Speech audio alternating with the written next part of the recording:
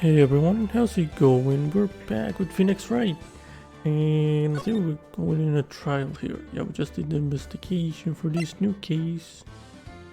Oh, what was it? Oh, the trial. Yep, here we go. Alright, let's get into it. If I remember. I can't remember, yeah. Okay.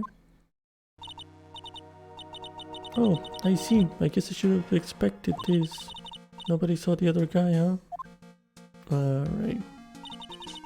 When he was there when I took the coffee over, sir. Scout's honor. Maggie. Who this? Oh no. Detective Gumshoe. How are you doing? Alright. How are you feeling? Okay. As if you need to ask either question, sir. Don't let him get you down, Maggie. And don't forget to eat well, okay? Roger. And you. Yes? Best square this case away, got it, pal? Magazine to send you here? If you screw up, then I'll be doing some squaring away myself. Squaring away some paperwork for your arrest. Okay. I think he's serious. I bet he is. Okay. Hey, detective. You're on our side for once, right? Yup. So you'll be able to help Maggie out, right? Really? Can you, sir? Of course. I got the situation under control. I'm gonna be the first witness on the stand today. If something I say doesn't mesh with the facts, make sure you point it out, alright? Sure. Okay, we're forming a united front today, pal. You get me? Okay. Like somehow he's gonna screw me anyway. With his testimony. I can tell you how grateful I am, sir. I've always admired you so much, detective. I know I can count on you. Looks like it should all go pretty smoothly today, huh? Sure, it always does. I can only wish. Yeah, me too, Phoenix. Alright, it's 10 AM. Time to do some trial. Court is now in session for the trial of Maggie Bird. The defense is ready, Your Honor.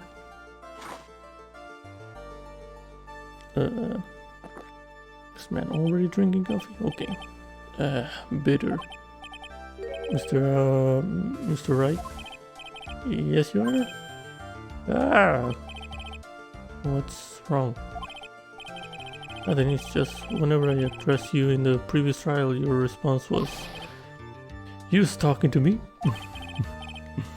It was a little, well, intimidating. No, that wasn't me. That was the phony Phoenix. I see, so our trusty Phoenix Wright is back with us now, is he? Our trusty? So, Mr. Goddard, your opening statement, please.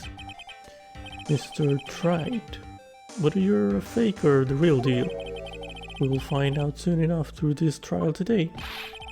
But I can already tell you, I'm the real Phoenix Wright. I wasn't questioning whether you are Phoenix Wright or not. I was questioning whether you had studied law or not. That's what I intend to find out. This man is gonna test me on law now? Okay. There's no denying it. Behind that mask is a man who really hates me for some reason or another. As everyone is aware, the court has already given its verdict on this case once. Therefore, I won't stand for irrelevant testimony during this retrial. Nor will I stand for a simple repetition of the evidence presented in the last trial. I'm not planning on repeating anything that phony me said, trust me. Now then, Mr. Goddard, please summon your first witness. Okay, here we go, Gumshoe. Let's start with the formalities, shall we? Name and occupation. Witness, state your name for the court. Huh? Oh, sorry, sir. The name is Police Department Detective, occupation Dick Gumshoe. Oh man, you already screwed up. Other way around, detective. Huh?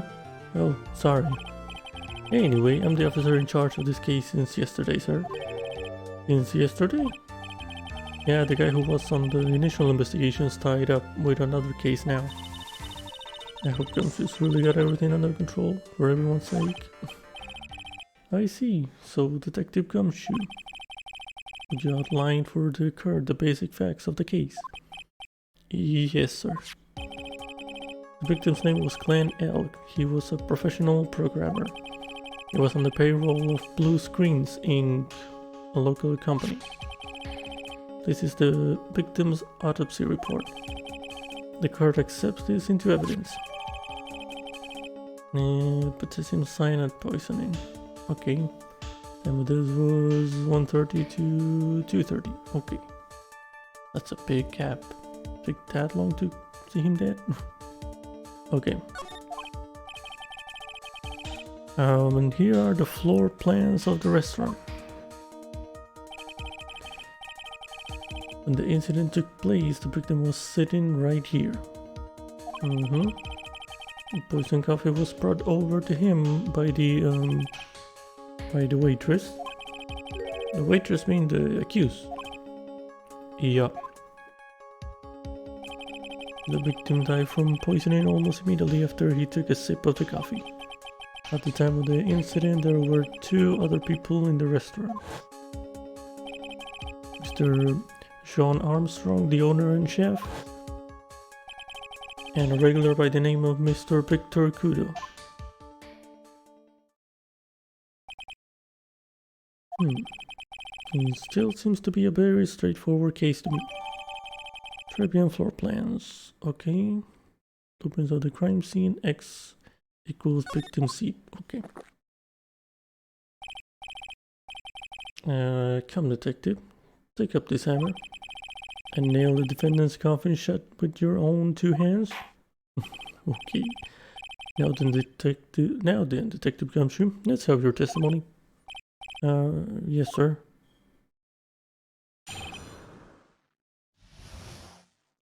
Okay, the incident. When the incident took place, the victim was alone at his table, sir.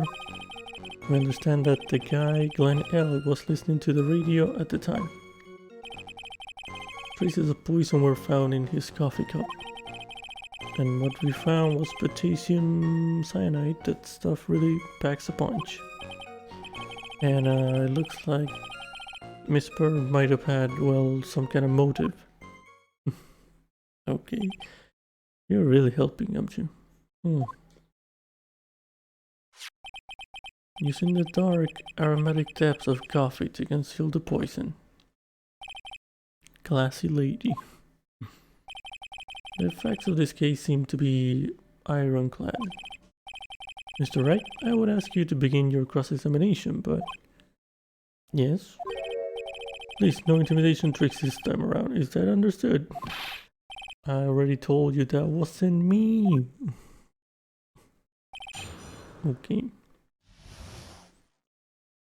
The incident, here we go. When the incident took place, the victim was alone at his table, sir.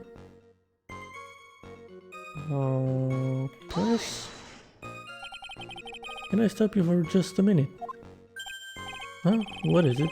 Did I say something that contradicts the evidence? He's so desperate for that to be true, he's practically crying. Your testimony just now doesn't match the testimony given by Miss Bird. She claims that there was another man at the victim's table. Yeah, that's what she said. What killer wouldn't say that when faced with a homicide conviction? Hey, sadly her testimony isn't supported by the owner or the other customer. Isn't that right, Detective Gumshoe? Yeah, it's true. There are 2 testimonies tie up on that. They both said there was no other guy at the table. What should I do? Should I press on this point a little harder or not? Sure, press harder, why not? Well, maybe the other witnesses just missed him. Perhaps their view of the victim's table was obscure in some way. That argument is as weak as the coffee at Tribune tried. I have here in my possession a ticket. A ticket? Looks more like a photo to me. Yes, a one-way ticket to guilty bill. Population the defendant. My man. Okay. This is a photograph taken from near the entrance to the kitchen. This is the scene as witnessed by the chef, moments after the poisoning took place, correct? I think the crowd will agree that with such a clear view of the scene of the crime, how, Mr. Wright, could anyone have overlooked a second person at the table? Well, the chef was in the kitchen and the other guy was on the other side. So, yeah, they could have. Certainly seems to show the victim's table extremely clearly. Okay. I guess he wins that one. Okay. I understand that the guy Glenn L was listening to the radio at the time. He was listening to his radio, you say? Yeah, he had a portable radio in his chest pocket. Maggie told us that too, didn't she? Something about how one of them had some sort of earpiece. What should I do? Should I press on this point a little harder or not? Yes, press harder. And what was it that the victim was listening to on the radio, Detective Gumshoe? Huh? How should I know? Thanks a lot. We're now one step closer to the middle of nowhere. This isn't going very well, is it? Detective, could you perhaps tell us about the poison and how it was used? Okay, traces of poison were found in his coffee cup. So, traces of the poison were found in the coffee cup, and nowhere else? Not sure I get you, pal. Was the poison a liquid, or was it a powder?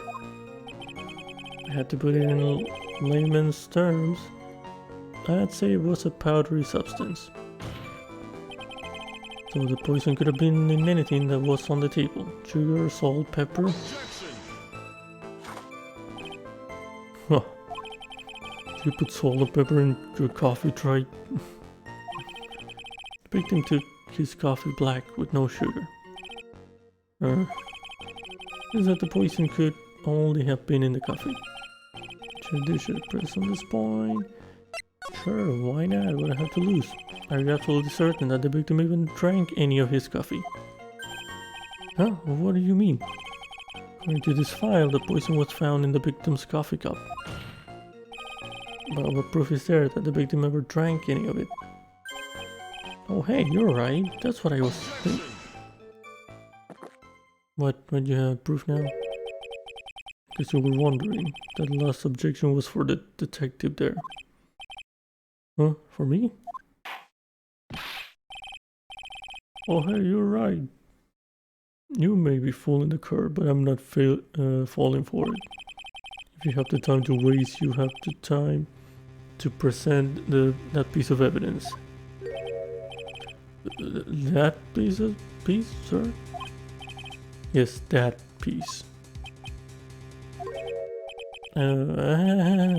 What piece was it again? My man hiding stuff? This. Oh. Should I be grateful this coffee is only hot enough to give me first degree burns? Maybe. Oh, now I remember. This is the victim's coffee cup. Bruh. Yes, the victim's coffee cup. Take a good look at the rim. Oh yes, it's unmistakable. There's clearly a coffee stain on it. Conclusive proof that the victim did drink the poisoned coffee that was in this cup. The victim gulped down the bitter death that the waitress brought to him, like this.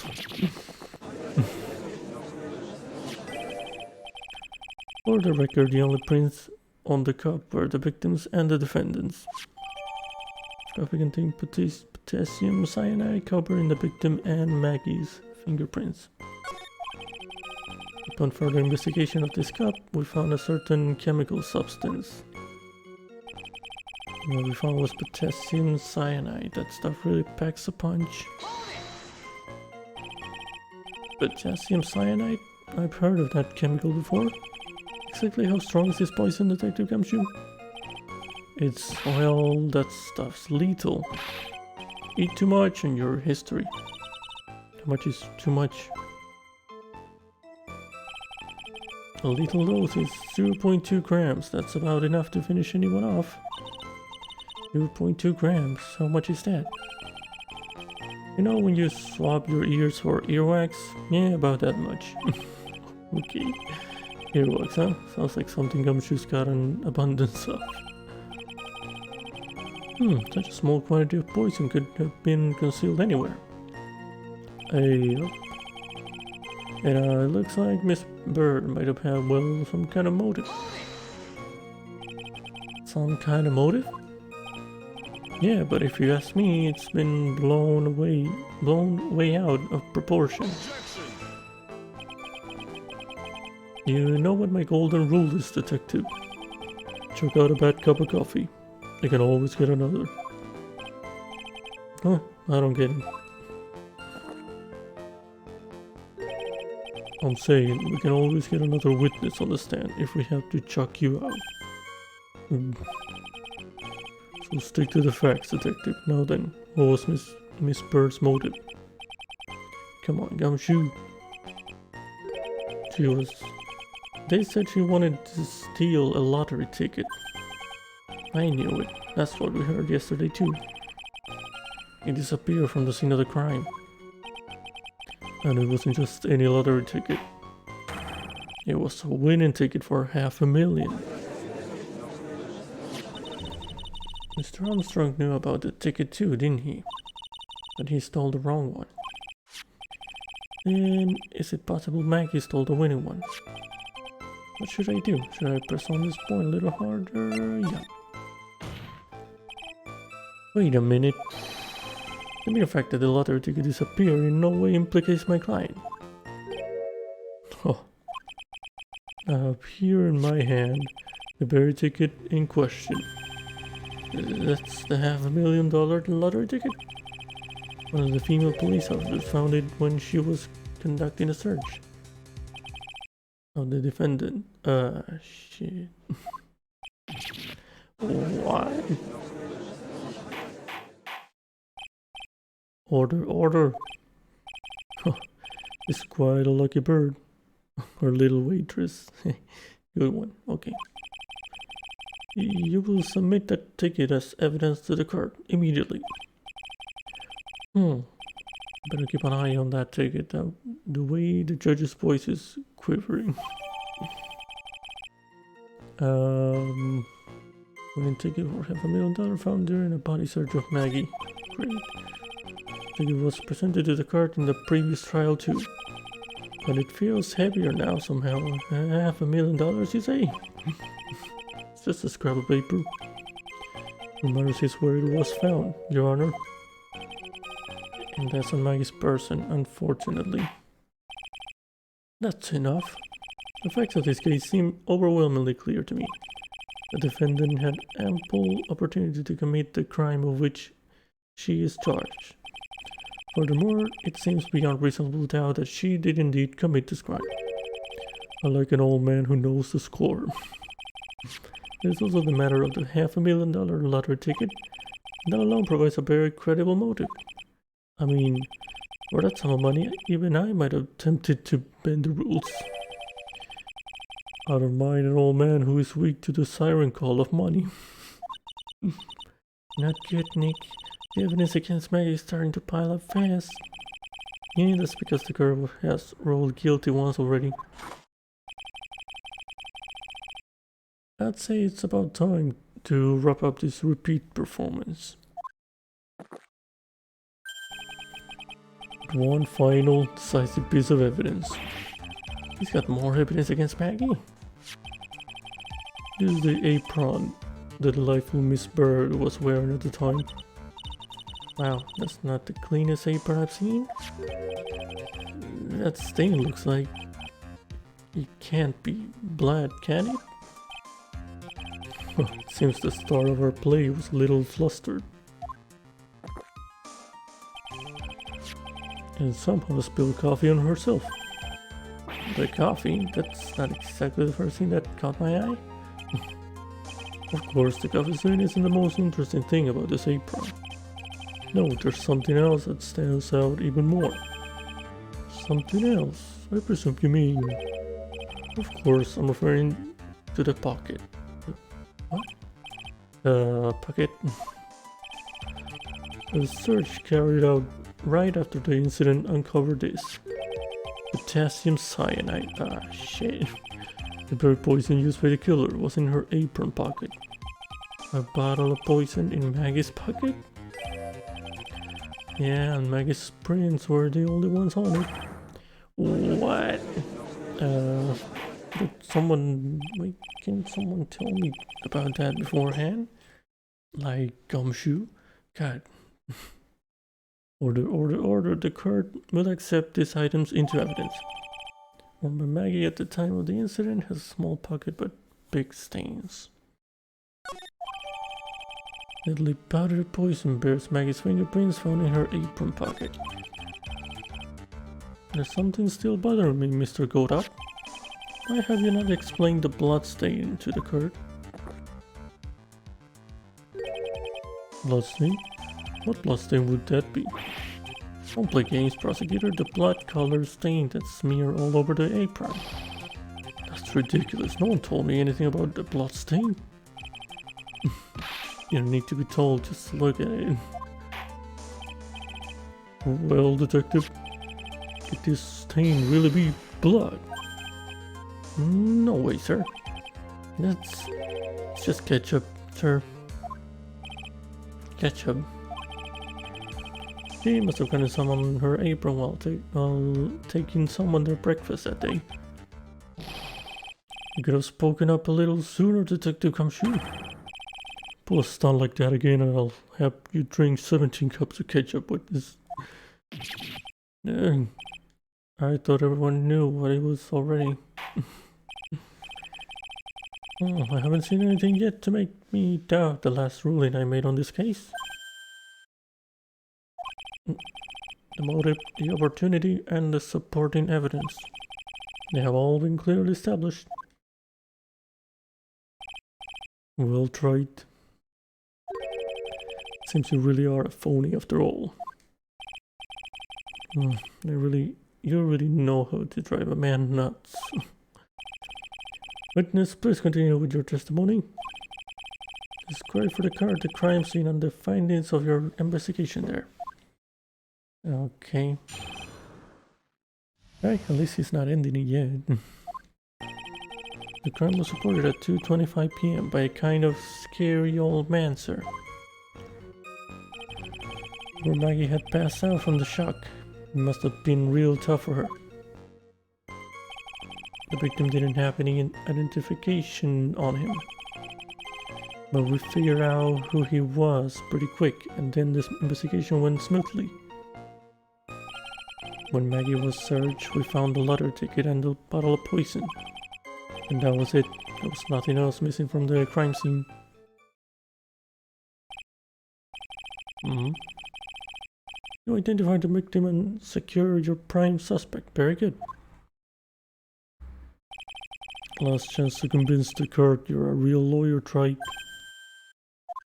Okay. Don't count on any more cross-examinations after this one, so let the fun begin. Alright. The investigation. Sheesh. The crime was reported at 2:25 by a kind of scary old man, sir. Was that Kudo? Scary old man, Detective Gumshoe? There's an old man who's a regular at the restaurant where the incident happened. We're obviously talking about the same old man. Officers were dispatched right after the report came in, but the old guy still made a fuss. What took you so long? Then he hurled abuse at them and seeds. Seeds. Huh, it was nothing. I cut each one with my teeth. I guess not even the mighty Goddard can avoid being attacked by that guy. Yulman was the only other customer in the place at the time. He took his time finding a payphone apparently, so he was late reporting the crime. Okay. When May had passed out from the shock, it must have been real tough for her. How long was the defendant unconscious for? The officers got to the crime scene at around 2:40. Megan was still out cold in the kitchen at that time. It took another 10 minutes or so before she came to. I would have liked to have been on the scene myself. I bet you would have liked to have carried out the search too. Whoa, okay. Would have loved to see Maggie asleep like that, all pretty and peaceful. Oh. A professional detective comes here, not a professional bird watcher. Save the romantics for your own time, detective. All we need to know about is the investigation. Oops, I guess I'm pretty red right now, aren't I? Okay, the victim didn't have any identification. He didn't have any? Are you saying that it was stolen then? No, I don't think so. The victim didn't have a driver's license or even a credit card on him, pal. All he had was 58 cents in his wallet. 58 cents? Yeah, I can't believe I found someone with less in their wallet than me, pal. The victim sounds like he was a thoroughly miserable young man. Or some kind of an outlaw. Why not give him a bit of an edge? I think I'm onto something here. Okay. But we figured out who he was pretty quick, and then the investigation went smoothly. Wait a sec. Huh? Did I say something dumb again? Let me paraphrase what you just testified to this court. The victim didn't have any form of ID on him. That's basically what you said, yes? Yeah, basically. In that case, how were you able to identify the victim so quickly? Oh, that. He's holding it down. He's got the whole sagging shoulders and puppy eyes thing going. There was a prescription bag on the victim's table along with the lottery ticket. Seems Mr. Glenn Elk visited his doctor before he went to Tribulations. We got the victim's name from the medical records of the doc who prescribed the meds. That's a reliable enough source for the court. What should I do? Should I leave this alone or ask to hear more? Ask about the prescription bag, ask about the prescription bag. Health insurance. What sort of medicine was in the bag? Well, actually the bag we found was empty. Huh, not cyanide? Okay. Yeah, completely empty. It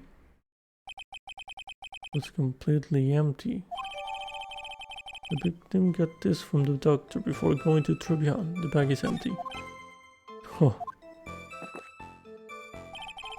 You're entering an empty paper bag as evidence? Desperate, are you, tried? Now what happened with the investigation after that, detective? Wait, hold on, I want to go back. Can I ask about the other thing, the insurance? I don't know why, but sure.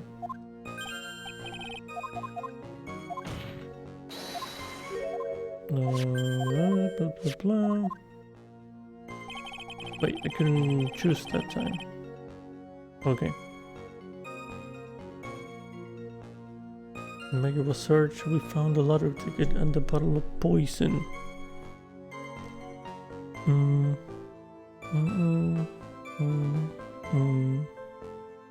Okay, let's press on that.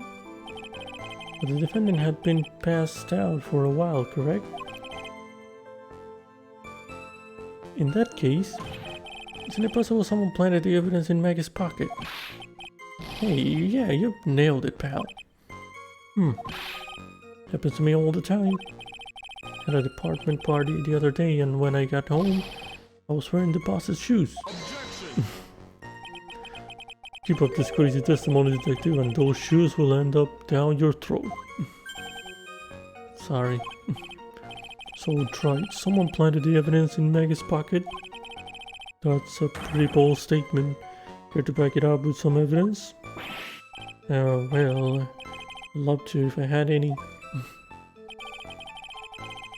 It appears you have no evidence to support your theory, Mr. Wright. Continue with your testimony, witness. And that was it. There was nothing else missing from the crime scene. So the $500,000 lottery ticket and the bottle of poison were accounted for.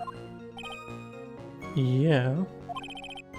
Interesting. I'm sure that those two items are accounted for. But wasn't there another lottery ticket that was stolen that day? Oh yeah, the one the restaurant owner took. He won a whole dollar with it. What a lucky guy, huh? And they're just going to let him get away with it? The man stole $1. Damn. It was just $1, detective. I guess no one cares when it's that little, except for Gumshoe.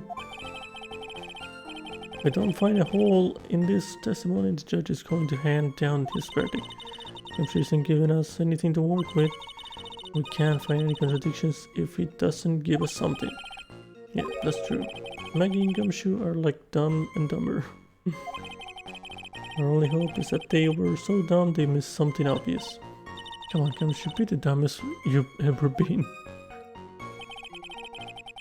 There was one statement that they said they had something.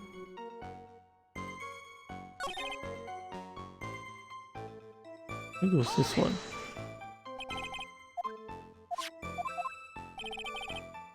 58 cents. Give us someone with less in their wallet. It was only. I think I'm onto something here.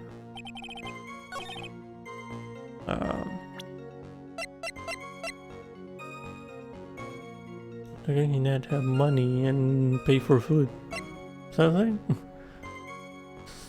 This costs $20 despite how unbearably bad it tastes. Yeah, the food is expensive, that's the thing. And he didn't have money?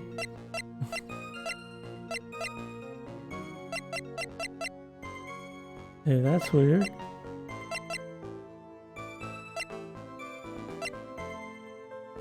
We can get this from the doctor if we're going to Tribulations. The bag is empty.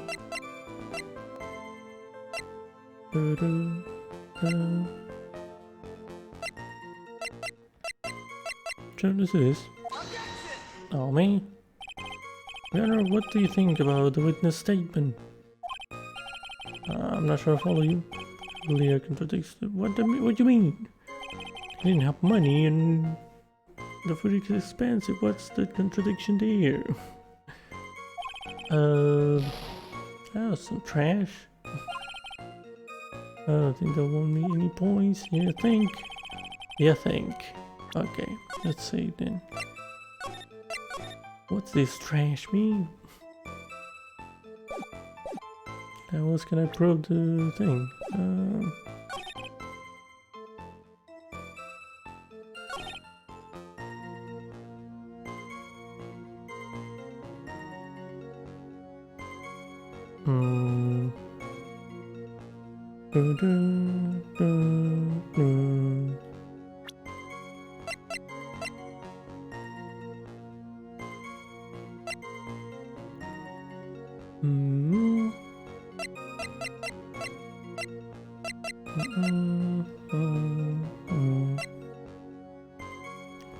Phony, cause unobserved board.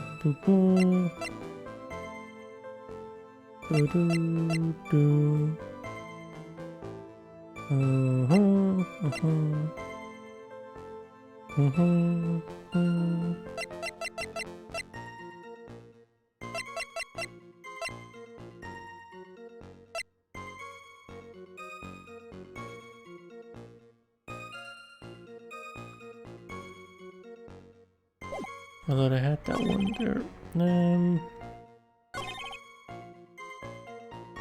A letter ticket, bottle of poison, that was it. Nothing else missing.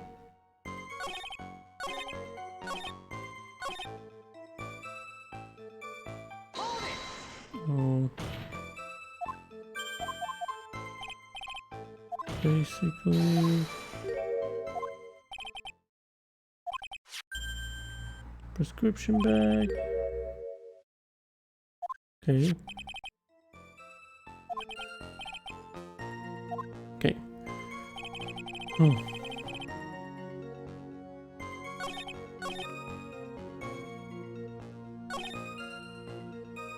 Thought it had to be that line.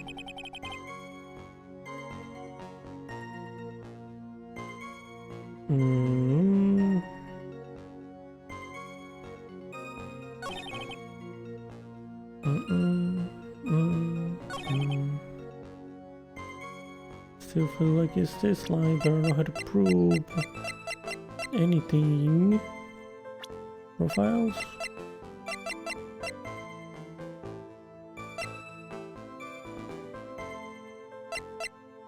That's a thing for waitresses, okay.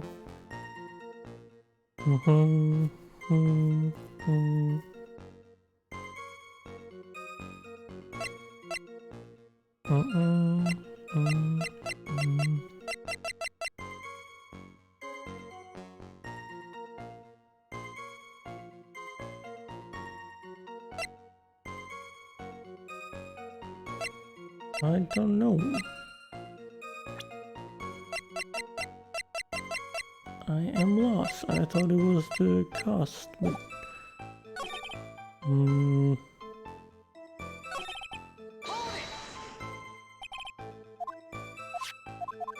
yeah, 58 cents.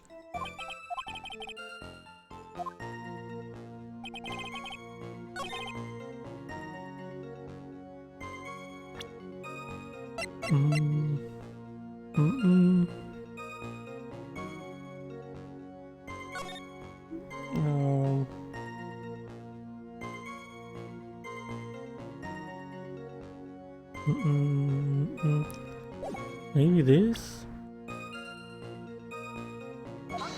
No. Nope. No, no, no, no.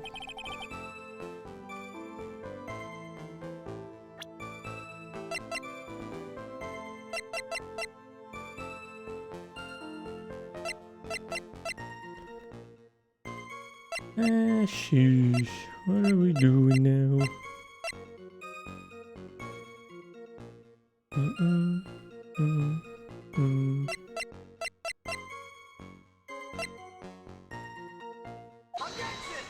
Nah.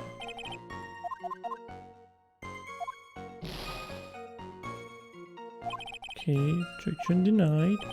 Great, let me just do these.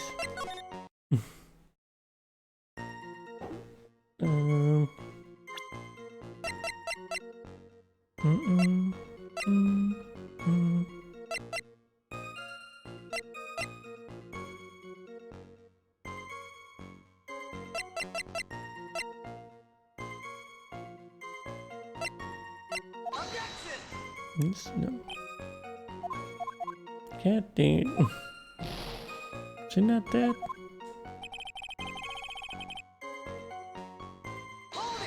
No, that's not what I meant. Okay.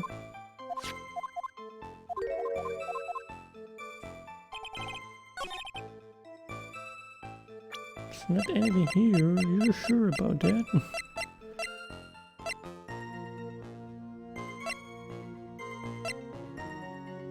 Oh, the coffee? Maybe the coffee. Hold on.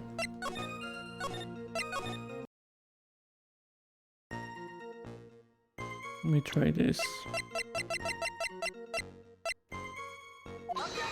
Oh, come on. How do you pay for coffee, Dean?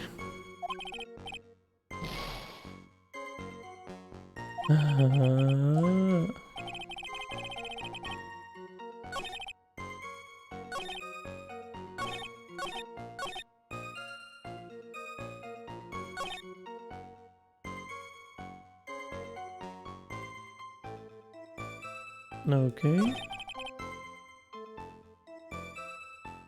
Nothing else missing from the crime scene. How about this? What you mean? That was missing. I just found it there.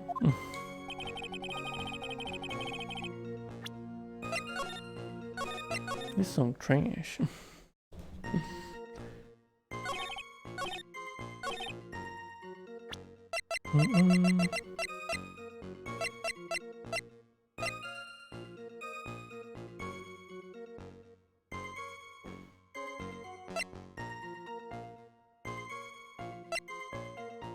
Okay.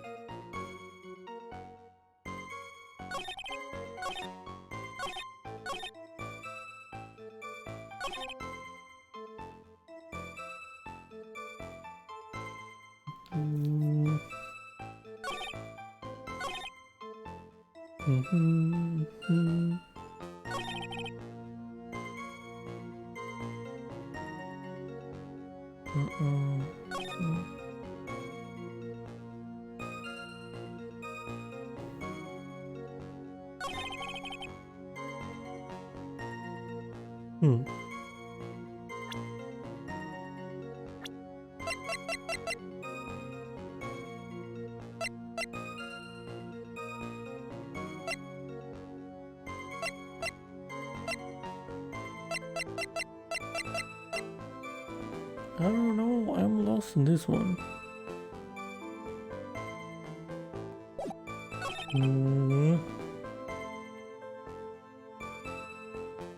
I might have to Google this because I can't figure it out. I can't, man, this is some trash.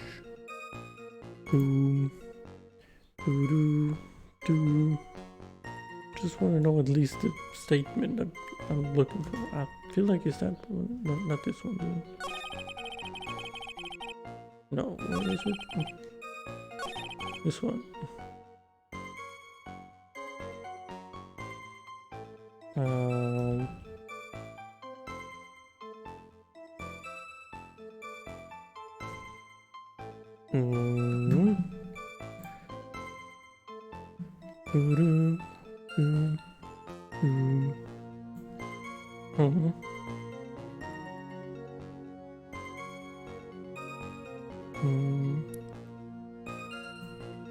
This examination.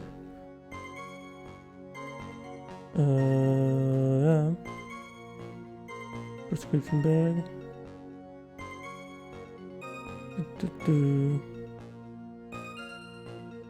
Statement 6.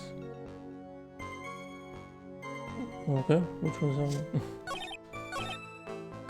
2, 3, 4, 5, 6. Oh, the prescription bag?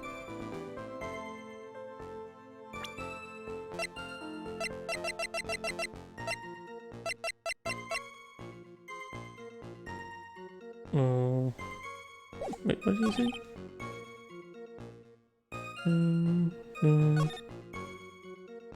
I guess.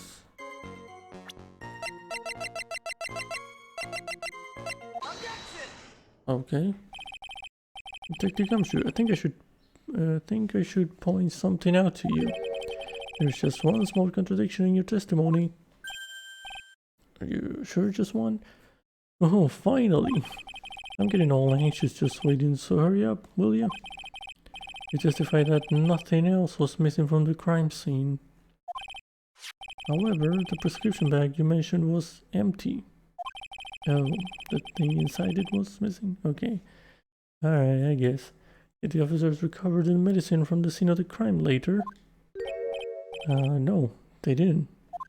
The victim was given a prescription right before going to Tribulations. Where then did the medicine disappear to? You are too cool, pal. Indeed. Due consideration wasn't given to the victim's prescription in the previous trial. Witness, why do you always overlook such vital pieces of evidence? I guess that's the most careless thing I've done so far, huh? The victim was killed by poison, and the victim's medicine mysteriously disappeared. The victim's own prescription could have been the lethal poison itself. True. Order. Well, Mr. Kodak, what do you have to say to that? Huh, that's all. What? Read for the card the name of the clinic on the prescription bag, if you will. What's the clinic's name got to do with anything? New Ear Otolaryngological Clinic. Otolaryngological? Just what kind of illness was the victim suffering from, Mr. Kodak? Hardly an illness, Your Honor. More like a bitter war wound, you could say. A war wound?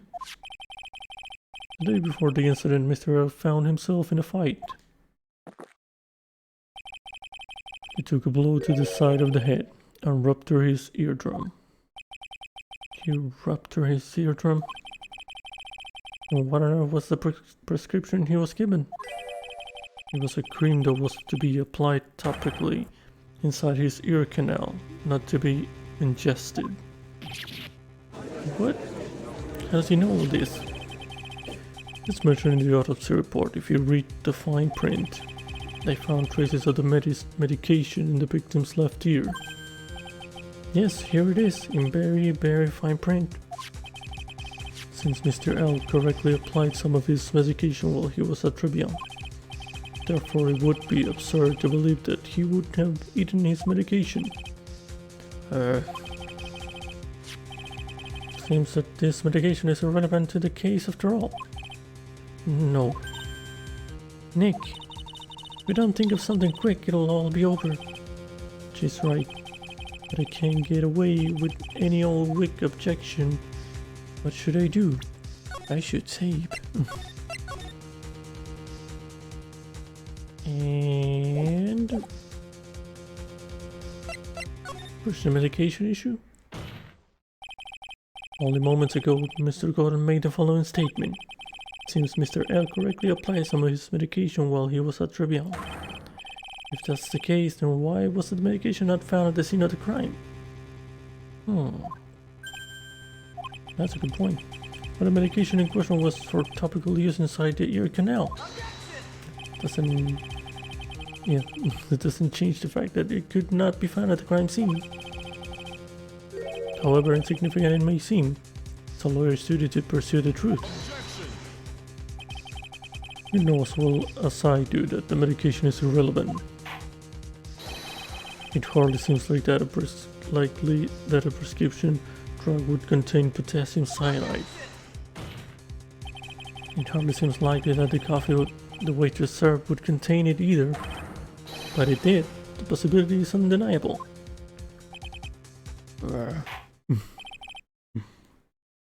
That's enough. Mr. Kodak, is the detective the only witness the prosecution wishes to call? Mr. Kodak? I got my own witness I'd like to call, sir. The hell? The witness calling the witness? It's the old man who was there in the restaurant the day of the murder. Victor Kudo, the pigeon hater. Very well. The matter of the disappearing medication seems little more than trivial at best. However, it wasn't explored at all in the previous trial. And that is something that bothers me. Yay, good job, Nick. Thanks, man, yeah. The court will adjourn for a 10-minute recess, after which we will hear the prosecution's next witness. Huh. I suppose this means I'll just have to finish you off in my last 6 cups. Court is adjourned for recess. Okay. 7-1103, the streetcar defendant lobby number 1. Yeah, that was close. Tell me about it. I nearly died in there. That's my line, sir. No, it's my line. I think I really did die a little bit. Looks like we all nearly died in there. I can't believe Detective Gumshoe. How could he betray us like that? Huh? He said he'd help me, but he totally set me up. I don't think he meant to do that, Maggie. He was backed into a corner. I mean, the guy's got to do his job, right? It's okay, I know all about lies and betrayal. I've had them my whole life. But it really hurts this time. It felt like someone punched me hard in the stomach. I hate that guy. I don't ever want to see him again. Poor Gumshoe. So the next witness is going to be that old guy from the park, right? Yeah, Mr. Kudo, lover of waitresses, waitress outfits and projectile seats. I bet he's gonna be really stubborn. I mean, he's pretty set in his ways, you know? Yeah, he's a big old grouch. Are you going to be able to handle him, Nick? Yeah, I can take whatever he throws at me, even those never-ending bird seeds. True, he does have a lot of those. Why does he have bird seeds if he doesn't like birds? That don't make sense.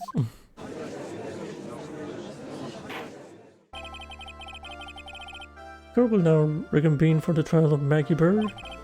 Mr. Goddard, your next witness, please. Prosecution calls the lucky old timer who caught the show over a cup of coffee. Will the witness please take the stand?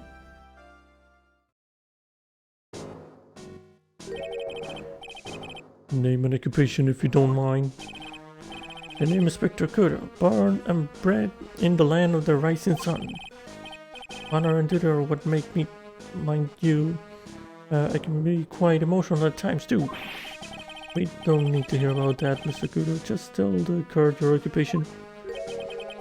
My occupation? Listen, youngin.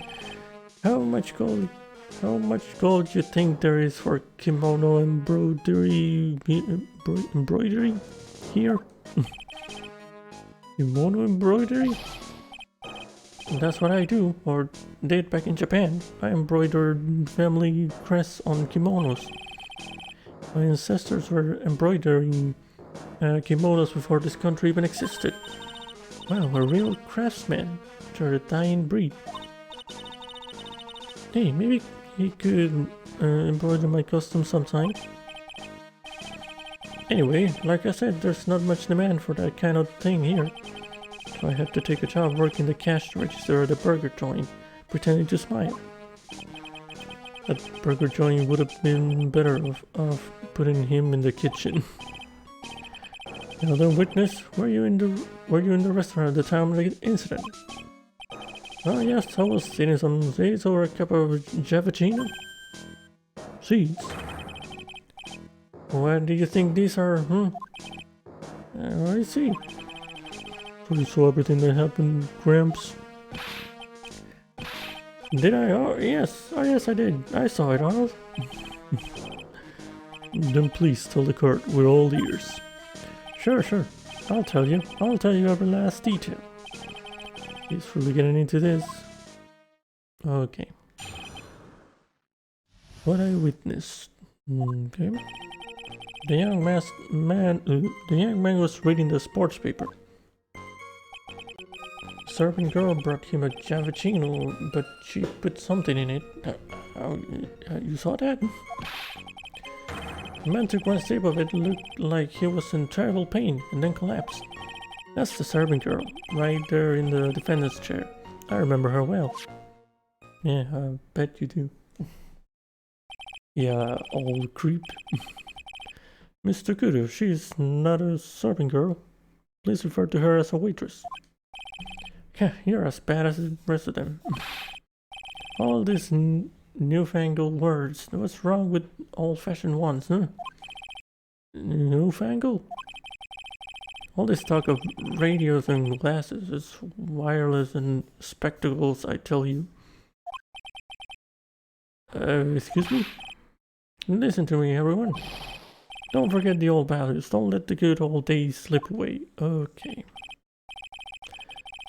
Oh, well, I think it's time to begin the cross-examination, Mr. Wright. Yes, Your Honor.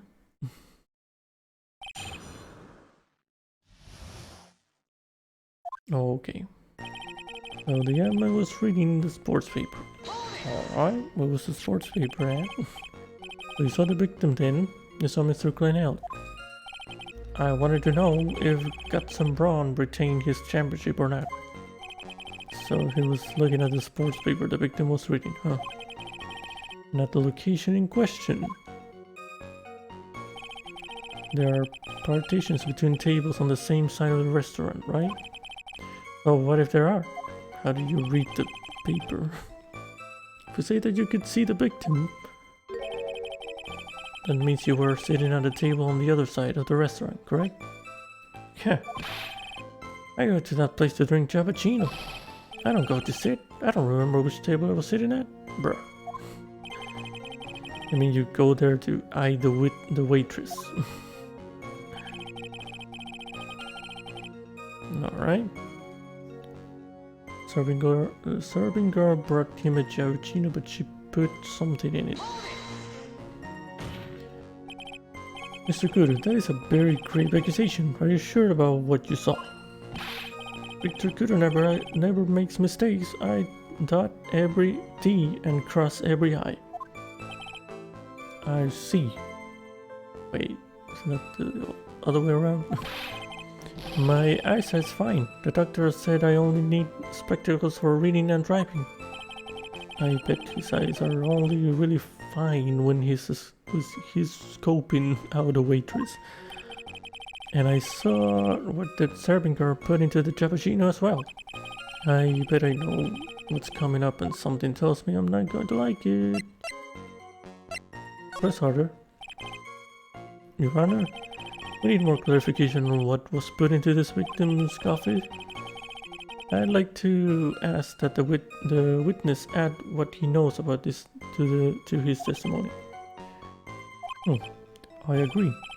Witness, would you enlighten us, please? Sure. Okay. There's no question about it. She very conspicuously put some white powder in there. Could be sugar. Okay. Wait, it was black, so not sugar then. Okay. Did you really put that into the coffee? You doubt me, boy? She took some out of a small brown bottle and sprinkled it in. Couldn't she have been adding sugar? Sugar? In a small brown bottle like that? Like that? Witness, could you please describe the bottle in more concrete terms? A bottle like this, perhaps. Oh, there it is. That's the one. That's the bottle of potassium cyanide, I presume. So what did the accused put into the coffee? I think it's clear, don't you? Okay. The man took one sip of it, looked like he was in terrible pain, and then collapsed. He took just one sip? You youngins, you waste everything. Those cappuccinos cost $8. In the good old days, we would have drank every last drop, eaten the cup, and then died. Congratulations, you have earned the title of battiest man to grace a courtroom. So it was an immediate death. Well, with potassium cyanide, I suppose that is possible. Oh yes, she slumped over without so much as a twitch. I felt the cappuccino I just drank turn sour in my stomach. Oh yes, I know that feeling. And the waitress, I presume she is. That's the serving girl right there in the defendant's chair. I remember her well. You said I remember her well in reference to the waitress. Did she have any particular features that you can identify her by? Particular features? It's a disgrace. That's what it is. Sorry. We didn't see all the way up the her you know. is practically naked in that uniform. But the particular feature you recognize about the waitress is her outfit. But anyone could wear just such a uniform. Even me. Mr. Wright, please spare the girl of any further mental anguish from that image. Don't get all excited, Nick. You gotta keep yourself together. I guess I got a bit carried away. Yeah, there are other things I recognize about her too. He's pretty sure of himself. What should I do? Press harder. Sure, you saw a waitress take the coffee over to the victim. What matters is whether the waitress was Maggie Bird or not. Quite right. Mr. Kudo, these other features that you recognize about the defendant. I would ask you to add them to your testimony. Sure.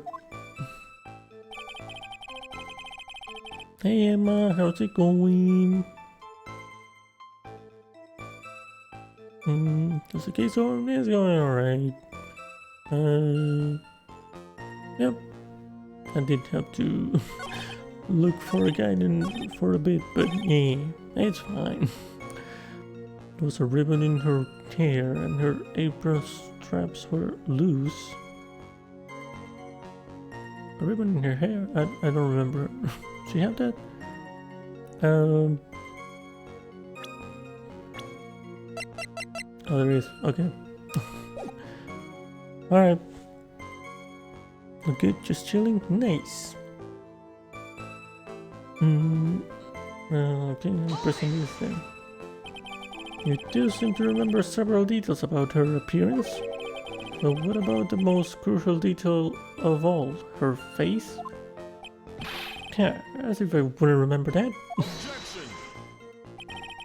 The witness noticed the straps on the accused's apron. It's unlikely to make a mistake about her face. That's right. I can even tell you the color of the ribbon in her hair. It was red. So you see, there's nothing wrong with the witness' eyesight. There's no doubt that he remembers a waitress pretty well. What should I do? Get the feeling there's something more to this somehow. But the straps, about the waitress' back. But the straps. Mr. Kudo, you seem especially interested in straps. Why is that? What? The ribbon in her hair, the straps on her apron. What's the fascination? Fascination? Objection!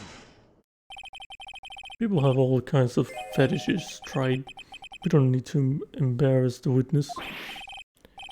Listen, you young upstart, I haven't got some sick strap fetish.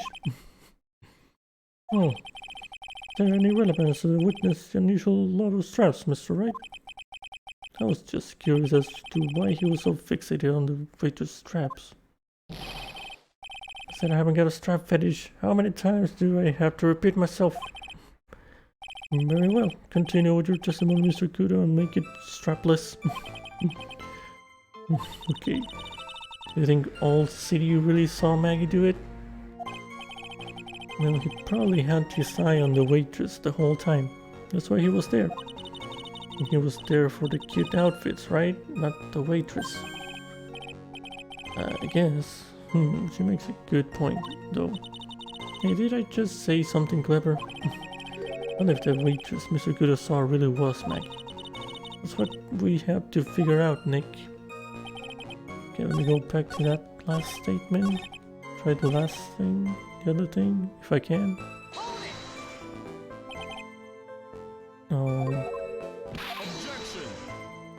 Okay. Try. Yeah.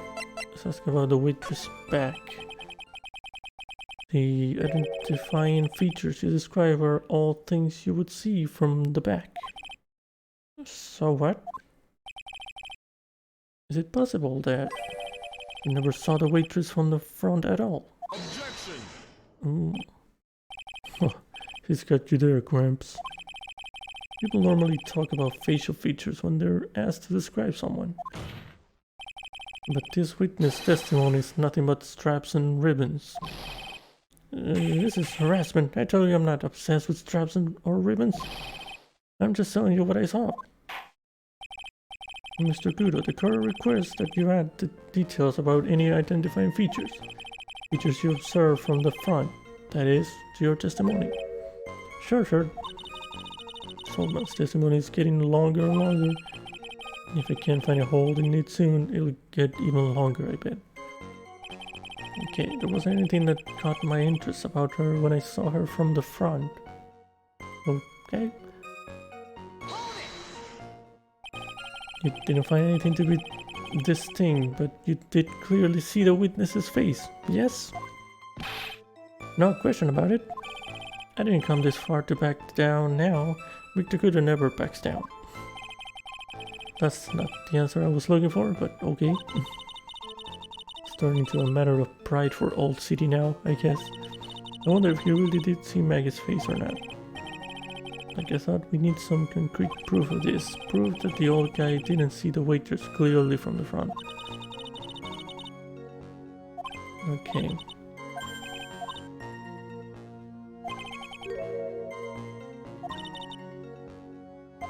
Okay.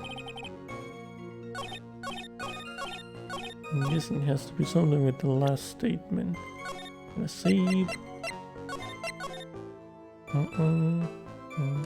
How do I prove that though? Maggie.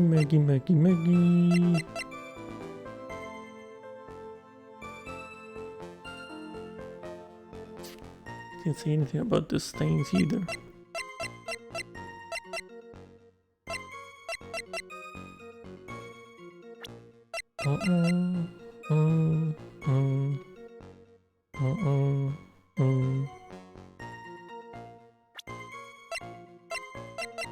Nothing. Glasses. He didn't mention glasses. He overlooked a lot. Got him. Mr. Kudo, I would like you to please take a look at this. That filthy thing would suit Phil like you just perfectly. Actually, it reminds me of what my grandson looks like just after he's done eating. Have you ever seen this before? Of course I haven't. Do you think I'd forget something as dirty as that? Well, you have witted clot. Got him. Oh, what is it? Ever since I said you have witted clot, there's been an eerie silence in here. Mr. Kudo, this apron is the apron worn by the defendant on the day of the poisoning. Ah. And as you just said yourself, you wouldn't forget something like this. Which means if you had really seen this apron before. Yes, you know what I'm getting at. You couldn't have possibly seen the waitress from the front. Oops. Dummy. Witness? Can't just oops your way out of this. Well. So we finally have a genuine trial on our hands.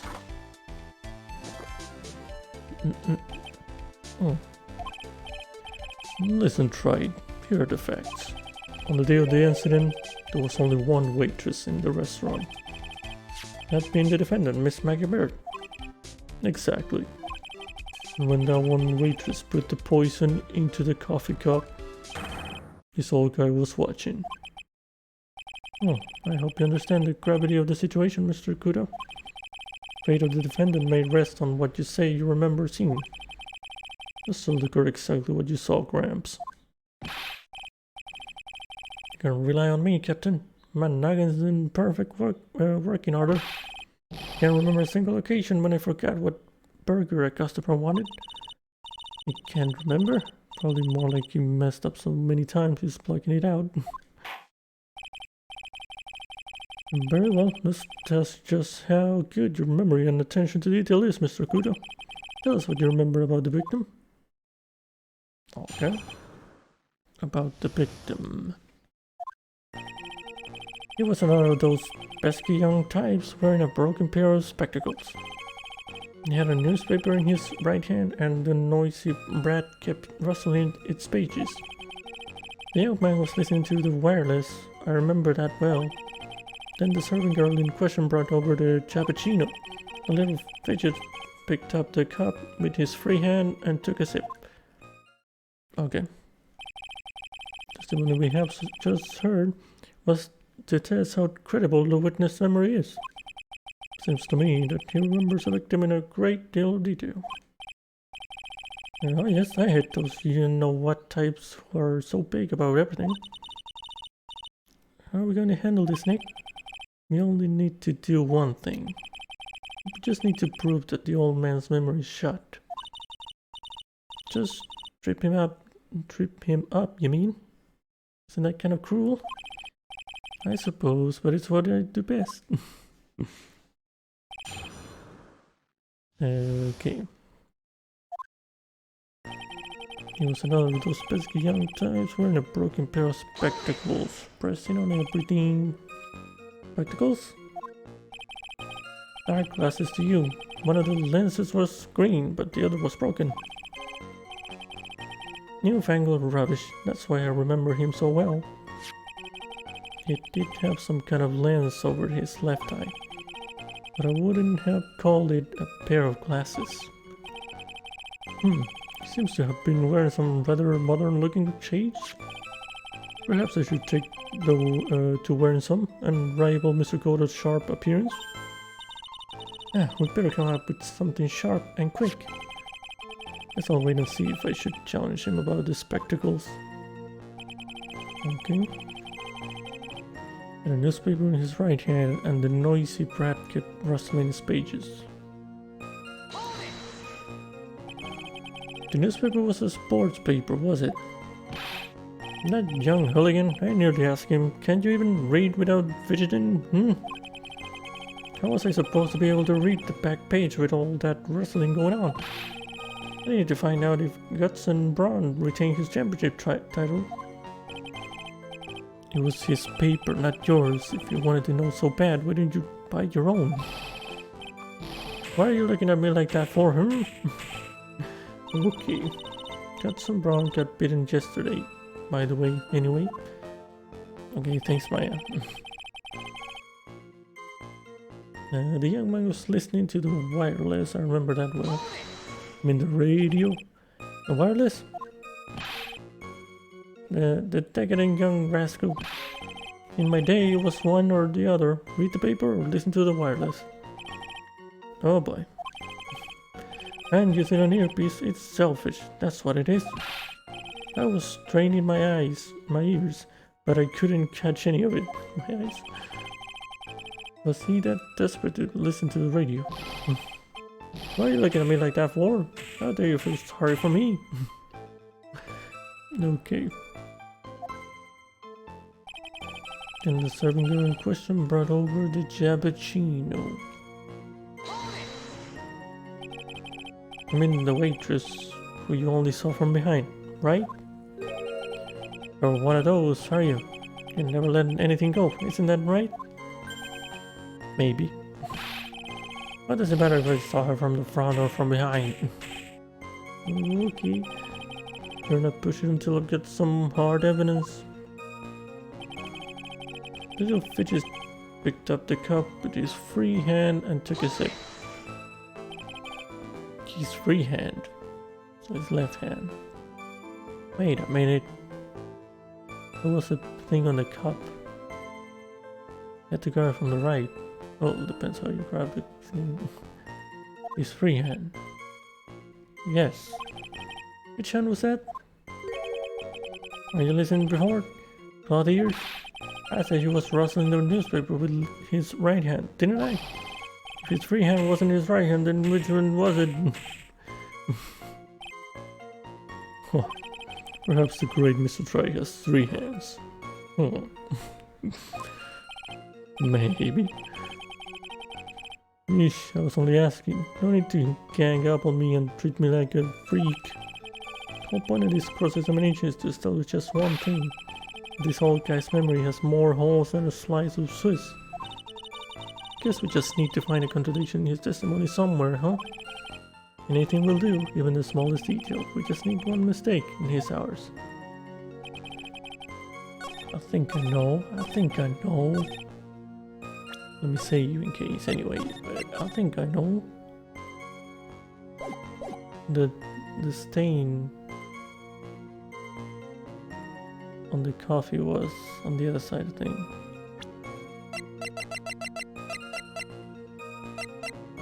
Yeah, see, the handle on the right and the stain is there, so you had to grab it with the right hand, not the left hand. Yeah, that makes sense to me. Unless he just grabs the cup like without the handle. That's a possibility to do, I guess. Maybe Coda's gonna point that out. Let's do this. Mr. Kuda, do you remember what you were told at the start of this testimony? That this was a way of testing the credibility of your memory. I know, there's nothing wrong with my memory. I told you nothing. If I got anything wrong, I'll eat these seeds and sing the pigeon song. We'll get ready for that. To tell us where this is going, try it. According to Mr. Kuda, the victim was holding the paper in his right hand, while drinking coffee with his free hand, which would make that his left. Okay, what is this? Kindergarten? But I would like the court to please take a look at this. That's the cup the victim used, correct? Yes, and on the rim you'll notice the mark left by the victim's lips. Yes, there is a stain left by the coffee. If you consider where that stain is, you'll clearly see the victim was holding the cup in his right hand. But how? Well, Mr. Kudo, the court is waiting for your epic performance. You said you'd eat those seeds and sing the pigeon song.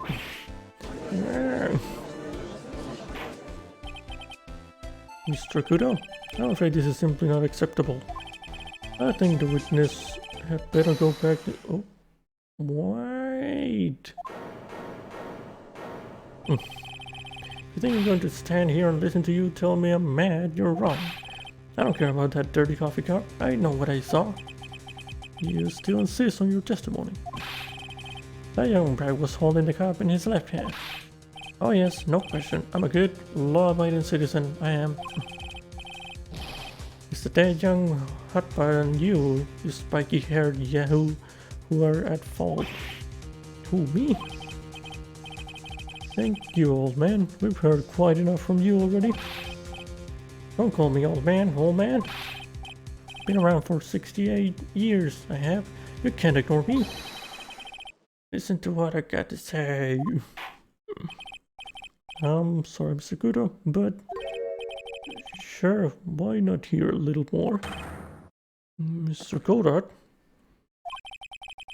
But this is my 16th cup of coffee. So this is your final stand.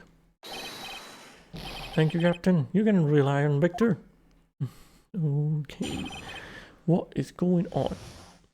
Left hand or right hand? The boy was wearing the earpiece on the same side as the green lens of his specs.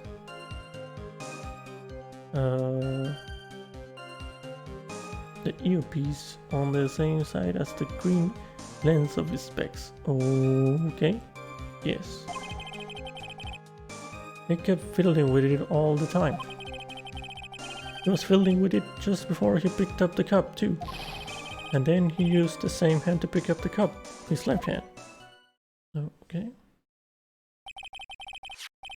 We know that the victim was wearing an unusual monocle over his left eye. It wasn't a monocle, Your Honor. It was a small computer monitor often used by programmers. A monitor? You mean like a television screen? The inside of the lens is a screen that displays computer data. It's called an HMD. It's a common tool in the victim's line of work. HDDB, DVD, CD, all these newfangled letters drive me mad, but they don't matter. I know what I saw, and I'm telling the truth. It's true, it doesn't seem to be lying. And those are the facts, in good old black and white. Okay. The boy was wearing an earpiece on the same side as the green lens of his specs. But the victim was wearing an HMD. HDTV, CD, DVD, what does it matter? Was none of them actually, but anyway. And you're sure that he was wearing the earpiece on the same side? No question. I can only see that side of his head from where I was sitting. Yeah, that's pretty obvious if you look at the floor plans. On the opposite table, he'd only have a view of the side of the victim's head. Okay. He kept fiddling with it all the time. Seems you kept an eye on Mr. Glen Elk. He was getting on my nerves. Rustling the newspaper and fiddling with the earpiece all the time. And then he went and made all that fast time from one sip of Javaccino. I wanted to say to him, calm down, you young brat.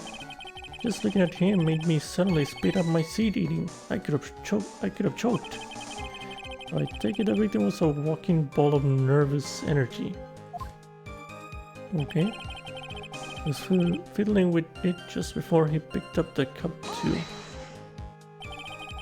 The earpiece you mentioned, which hand did the victim touch it with? You're one of those people, aren't you? You're the type that uses your left hand to get things out of your right pocket.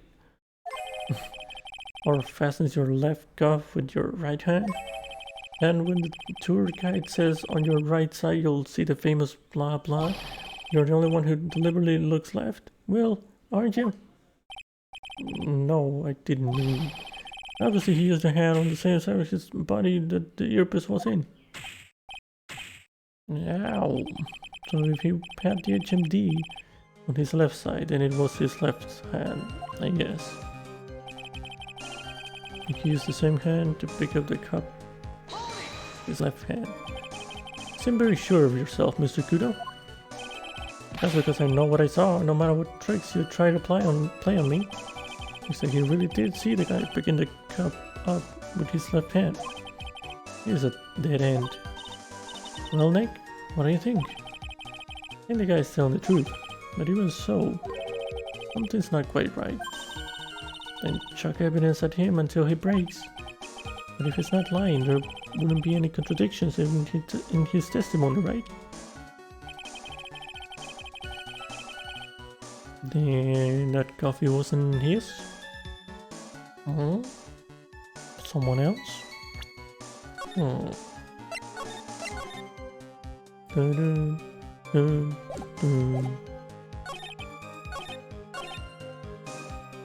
It still doesn't... Oh, I'm gonna present the thing again. Doesn't justify this. Damn it. That's some trash. Worked before.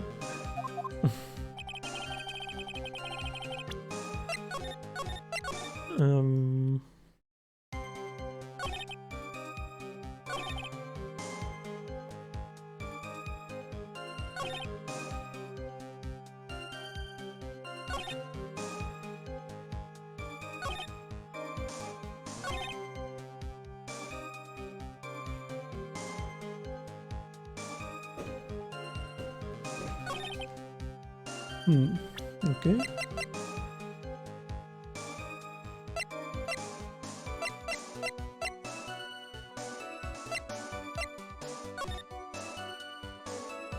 Okay, have that. Oop.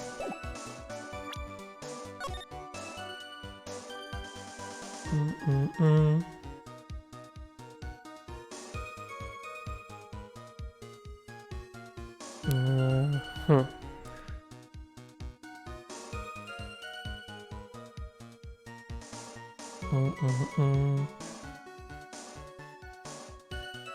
I don't know.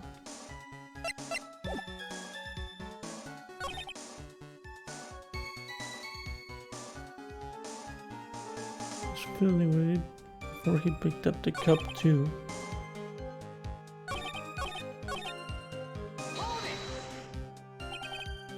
Okay.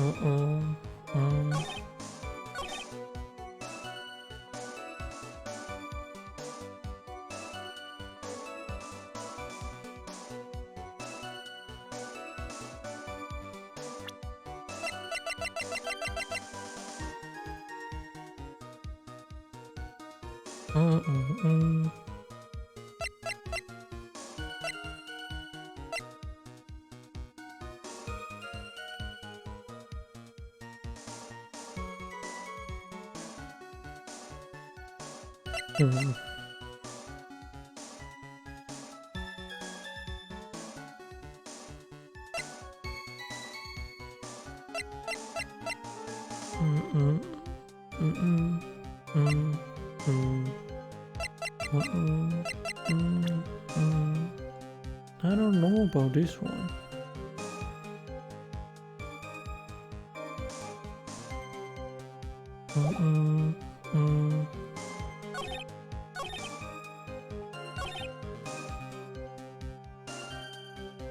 Pick up the cup his left hand.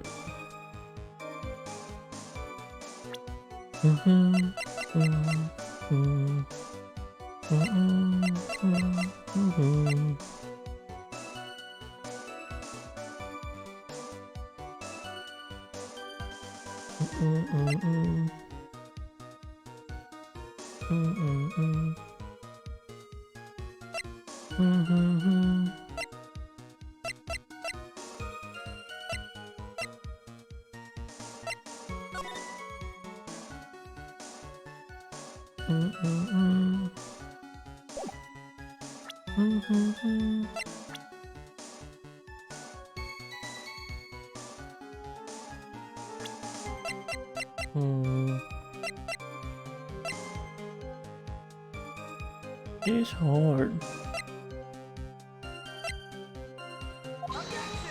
Nah. Okay. It's hard.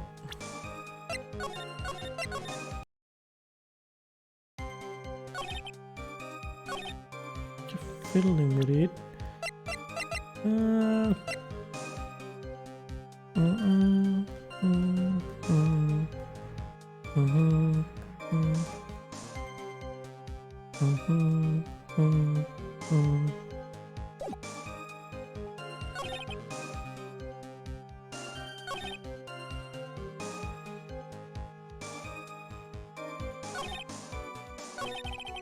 I'm lost. Maybe something with the thing.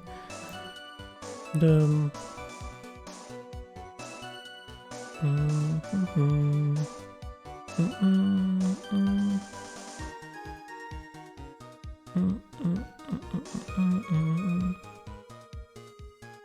okay.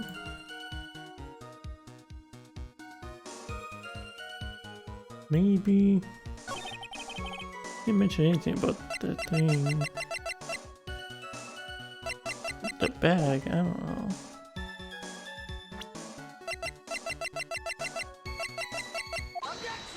Okay.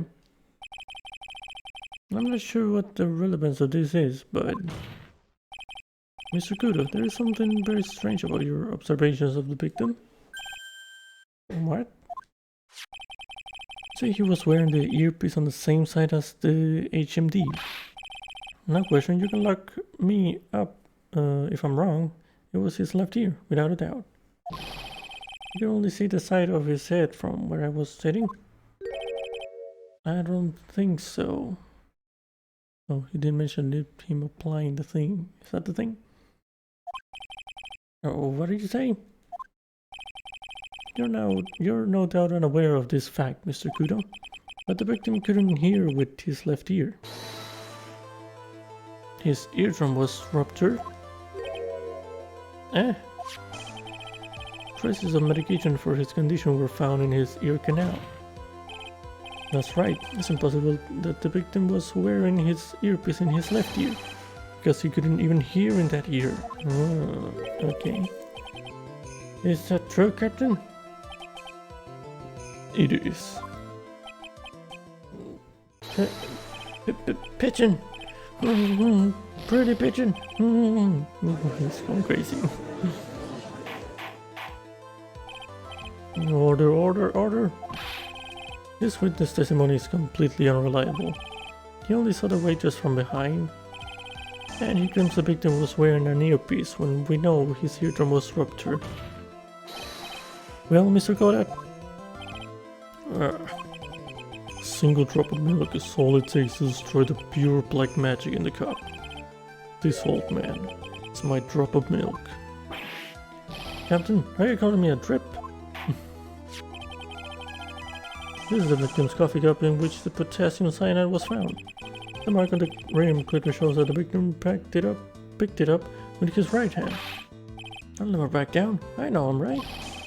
The lad drank his cappuccino with his left hand. Let me put you out of your misery. Clearly the victim used both hands. He took a sip with the cup held in his right hand and then switched to his left. That's what the old man saw. Impossible. The witness has already testified on numerous occasions that the victim died immediately after taking just one sip of the coffee. Yeah, got you there. Which hand the victim used to pick up his cup is irrelevant, Your Honor. The facts still stand. With one hand or the other, Mr. Elk drank the poison coffee. Like this.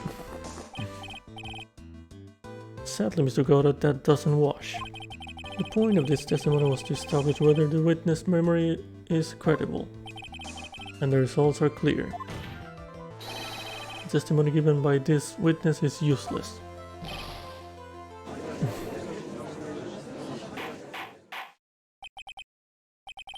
I believe it is time to conclude today's proceedings. I am satisfied that the witness is not deceiving the court. But to be frank, his testimony is a farce. Did you have to be so frank? Take that, you promised old... I'm sorry, Mr. Kudo, you can reach me from there. I'm ordering the defense and the prosecution to investigate this case further. That is all for now. This court is adjourned. Oh, hold it, who? Wait! If we stop now, where does that leave me? Leave you, Mr. Kudo? Thanks to that blue-suited young upstart over there, I'm just a bumbling old man who can't even dot his T's or cross his I's now. How is your bad memory my fault? I'm sorry, Mr. Kudo, but there's nothing I can do. I kept my mouth shut until now, but there's something else the court should know. What? There's more. To be perfectly honest, it might not be anything. But I want another chance. I want another crack at you, you young shark. Me? He's looking at me like I'm some sort of evil shogun. Shogun? Well, everyone, what do you say to one final showdown? The final chapter in this eccentric old man's scrapbook. Sorry, Gramps. I've already had my 17th cup of coffee. What have you got to lose, Captain? I'll give you all the cappuccino you want if you come to my house after the trial. I may be 68 years old, but Victor Kudo is still a man. That's enough, witness. I believe it will be quicker for the court to just hear your testimony. Yeah, bet. Much quicker. I can't believe this is happening. You better get ready, youngster. I get the picture. Just quit throwing those seeds at me, would you? Just gotta be using some sort of infinite ammo code with that box of seeds. Facts. Okay. Final showdown. First of all, I want to stress that this might be nothing. I'm not too sure of myself. The young boy slumped over the table as soon as he took one sip of his cappuccino. Well, the clumsy idiot upset the base. He knocked it right over. It broke and the strip of cloth covering the table got completely soaked. Well, how about that? Turn things upside down, huh?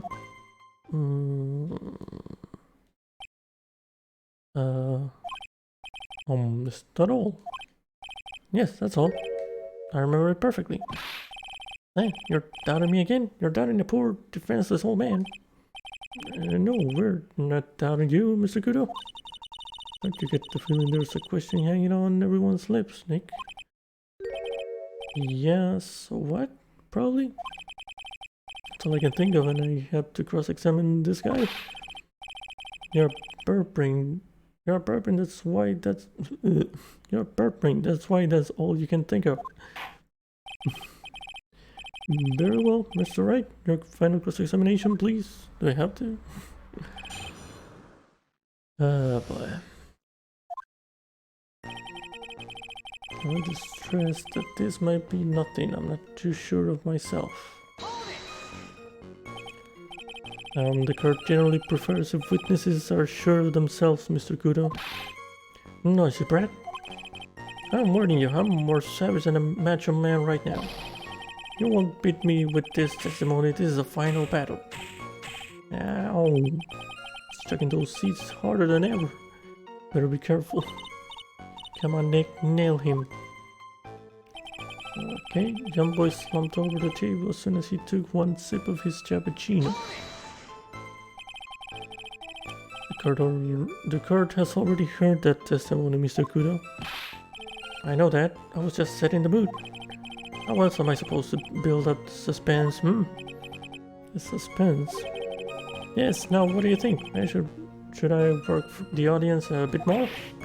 No, please continue, Mr. Kudo, as quickly as possible. Alright, now where was I? Ah, yes, the young boy slumped over the table and... Well, the conceit upset the base, he knocked it right over. A base, you say? Yes, there are bases on all the tables in that place. There are accidents waiting to happen. They're practically begging to be knocked over. Well, he's right about there being bases. I do remember seeing them too. Wait, it's standing there. There was a base on the table when I ate lunch there.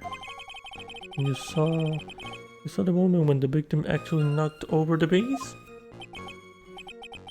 Well, it's hard to say. It's a bit unclear. How do you really define? Okay, I get it. I heard a break and the side of it is burned into my memory as clear as day. Okay. Broke and the strip of cloth covering the table got completely soaked. Soaked in water, you mean? Yes, it splashed me on the knee as well. You said you were sitting at a table across the room from the victim, correct? And yet the water still managed to splash onto you?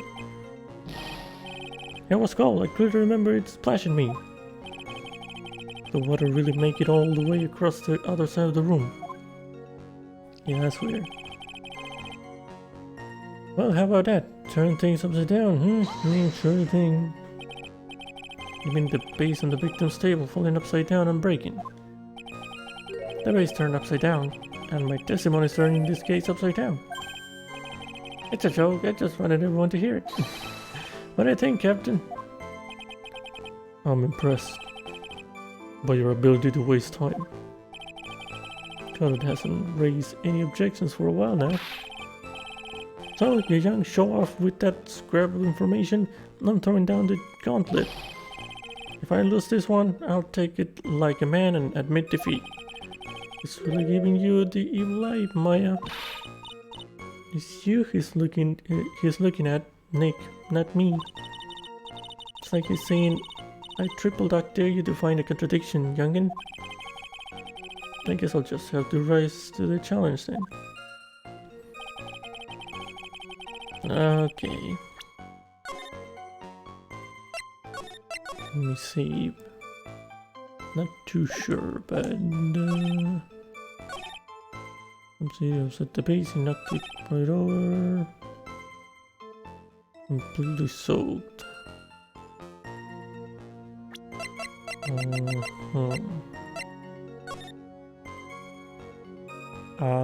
Base is right there, bro. What do you mean?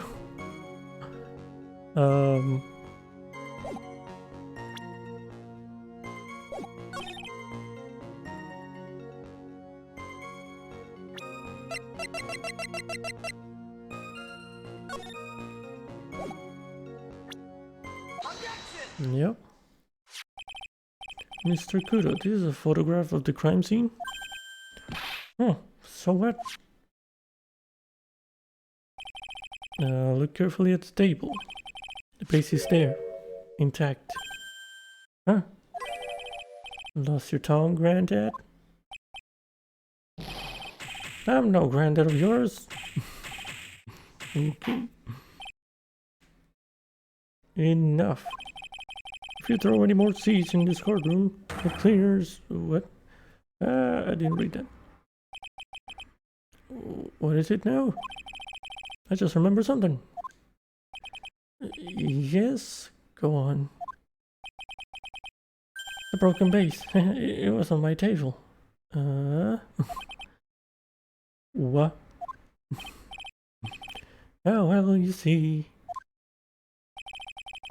It startled me when that young lad collapsed. So I stood up. That must have been when it fell over.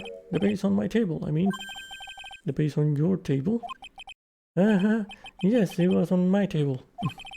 And that's how my groin came to be completely soaked. Really?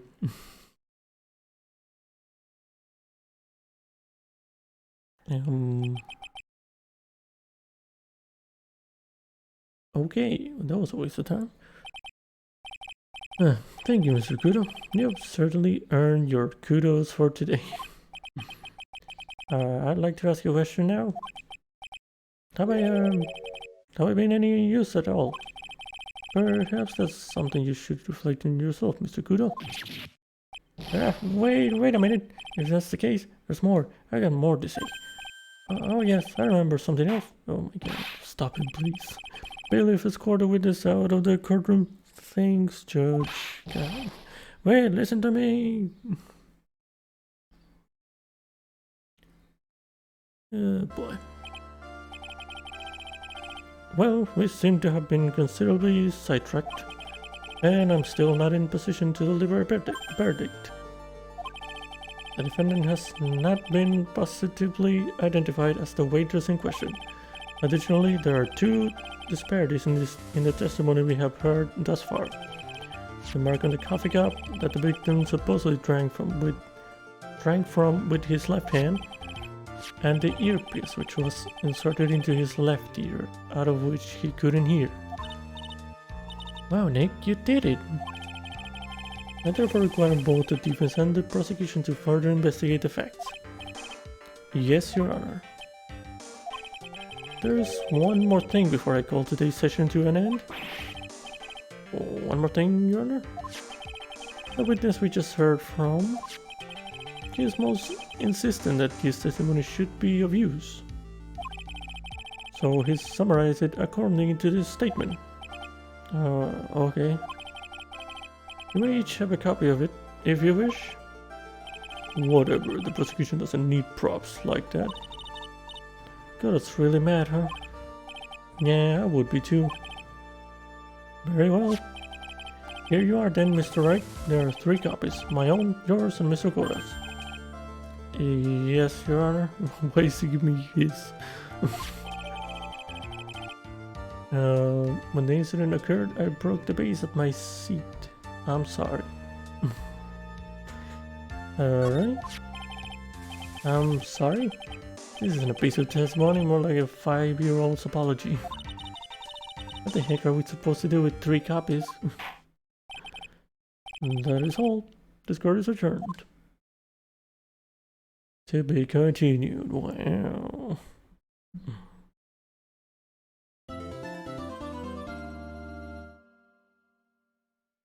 Okay. Yes. I guess we're saving. And yeah. Okay. That trial was something else.